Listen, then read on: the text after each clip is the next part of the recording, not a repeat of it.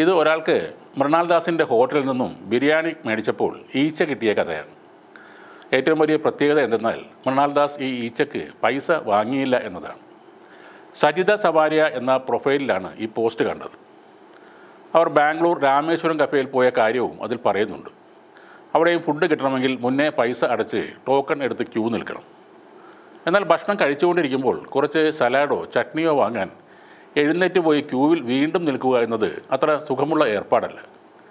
അതുകൊണ്ട് ഈ മുൻകൂട്ടി പണം അടക്കുന്ന പരിപാടി ഹോട്ടൽ മുതലാളിക്കൊരു നഷ്ടക്കച്ചവടമായിരിക്കും.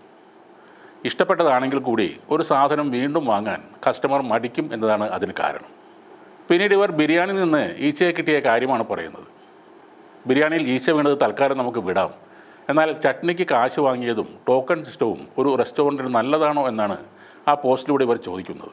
ഈ ഹോട്ടലിൽ ഓരോന്നിനും പ്രത്യേക ചാർജ് വാങ്ങുന്നതിനെ പറ്റിയുള്ള ഒരു അഭിപ്രായം കണ്ടിരുന്നു.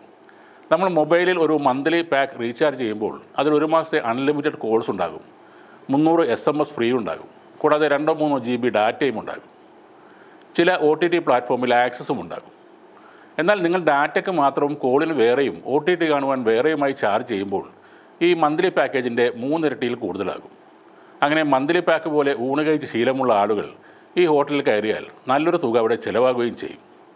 അതായിരിക്കാം ചിലപ്പോൾ ഹോട്ടൽ മുതലാളിയുടെ ഉദ്ദേശവും. പിന്നെ ഈ ഈച്ച വിഷയത്തിൽ മൃണാൾ പറയുന്നത്, കൊച്ചിയിൽ കൊതുകുണ്ട്, ഈച്ചയുണ്ട്, എൻ്റെ ഹോട്ടലിൻ്റെ അടുത്തൊരു തോടുമുണ്ട്. കൊച്ചിയിൽ എല്ലാ ഹോട്ടലിലും ഉള്ള പോലെ എൻ്റെ ഹോട്ടലിലും ഈച്ചയുണ്ട്, അല്പം കുറവാണ് എന്നേ ഉള്ളൂ. ഇതൊക്കെയാണ് അദ്ദേഹം ഒരു കുറവല്ലാത്ത അഹങ്കാരത്തോടെ പറയുന്നത്. ഇയാളുടെ മറ്റൊരു ഉപമ, ലക്ഷങ്ങൾ വിലയുള്ള ടയോട്ട ഇന്നോവയിൽ 7 സീറ്റാണുള്ളത്. 5 ലക്ഷം രൂപയ്ക്ക് നോർത്ത് ഇന്ത്യയിൽ 8-10 സീറ്റുള്ള വണ്ടി കിട്ടും. അത് രണ്ടും കമ്പയർ ചെയ്ത് പറയരുത്, ടയോട്ട കമ്പനി പൂട്ടിപ്പോകും എന്നാണ്.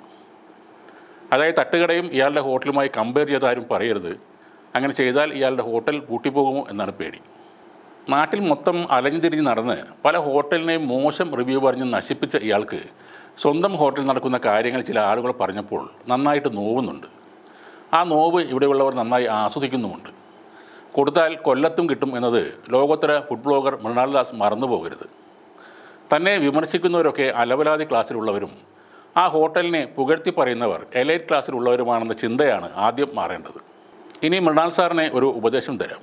ഒരുപാട് ആളുകളെ പൈസ മേടിച്ച് ഉപദേശിക്കുന്ന താങ്കൾക്ക് ഈ ഉപദേശം ഫ്രീ ആണ്. നിങ്ങൾക്ക് നേരെ ഉയരുന്ന വിമർശനങ്ങൾ സ്വീകരിച്ച് പ്രശ്നങ്ങൾ ഉണ്ടെങ്കിൽ അത് പരിഹരിച്ചു പോകാൻ ശ്രമിക്കുക.